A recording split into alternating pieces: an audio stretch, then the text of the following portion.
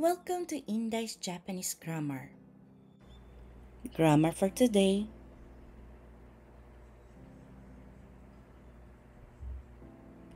Level N3. Ang next grammar po natin is ni kurabete. Ni kurabete. Sakunen ni kurabete. Hi, ang conjugation po natin ay noun ni o kaya naman po sentence no ni. Yung kasunod niya po is kurabete o kaya naman kurabe. O kaya naman kore or sore ni kurabe. Pwede pong lagyan ng te, pwede pong wala. Ano po? Hi. So, ang Tagalog niya po is kung ikukumpara sa o kaya naman ang o kaya naman noong. Yung dito po medyo nagbabago po siya depende po sa sentence po. Ano po? Kurabete is from the root word of kuraberu, pagkumpara. Kumpara po. Ano po? Kuraberu, pagkumpara. Hi.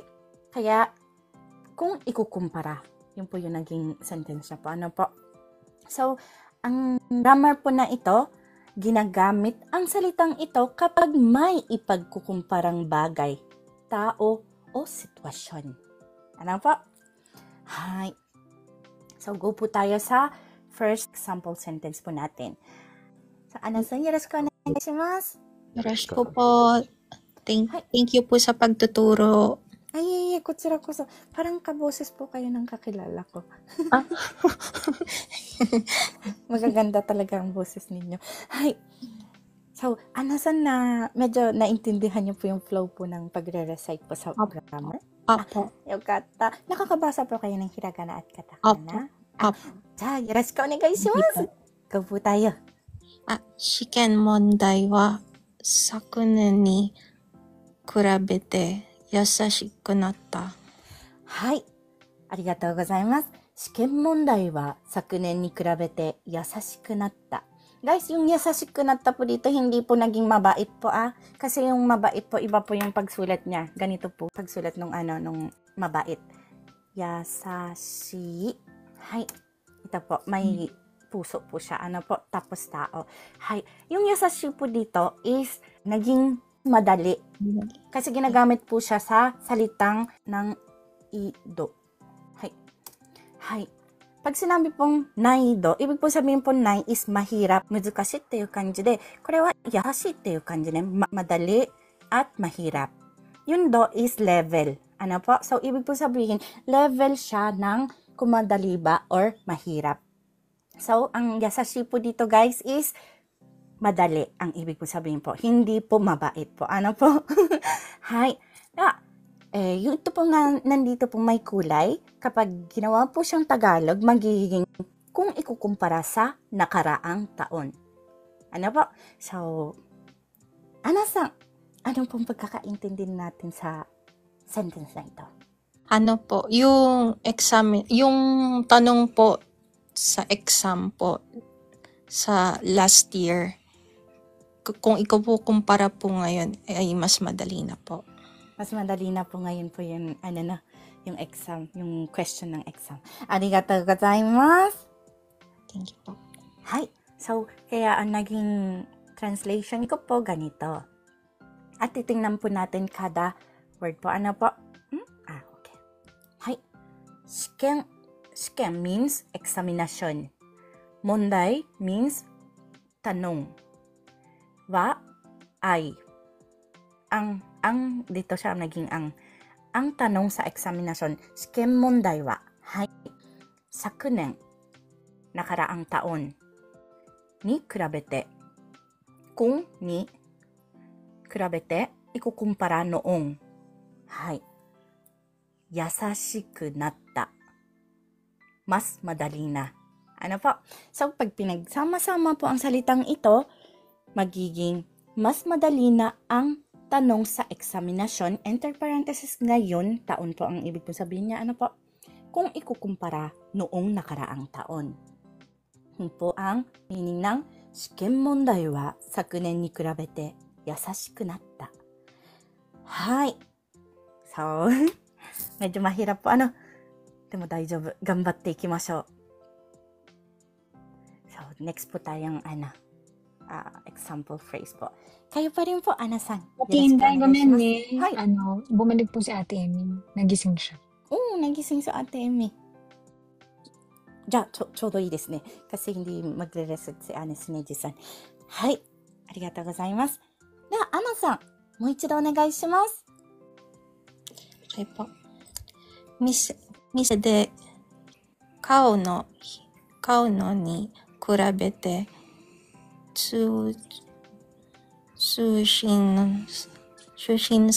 shushin hanbai wa benri daga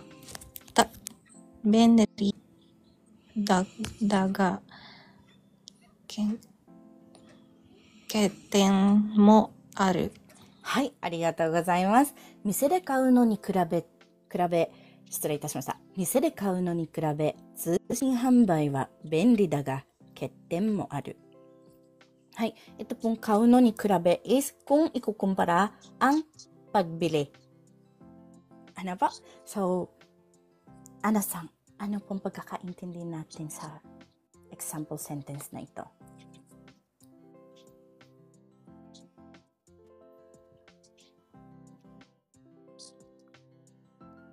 Excuse me po. Ano po yung sushin? Sushin hanbai.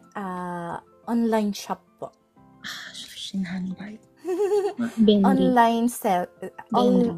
Actually po, online selling po siya. Hanbai is selling. Sushin is online po. Hay. Kung ikukumpara po yung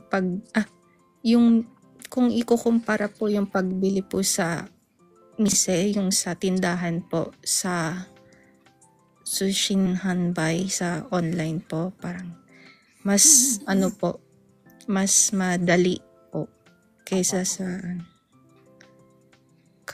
katen mo aru. Daga? Daga means is pero ano po? Keten means disadvantage po. May disadvantage din po siya. So desu. Sugoi! Arigatou gozaimasu. Hay. So, kaya tingnan po natin word by word po. Arigatou. Ang galing po ni Ana-san. Ang get niya po. Hay.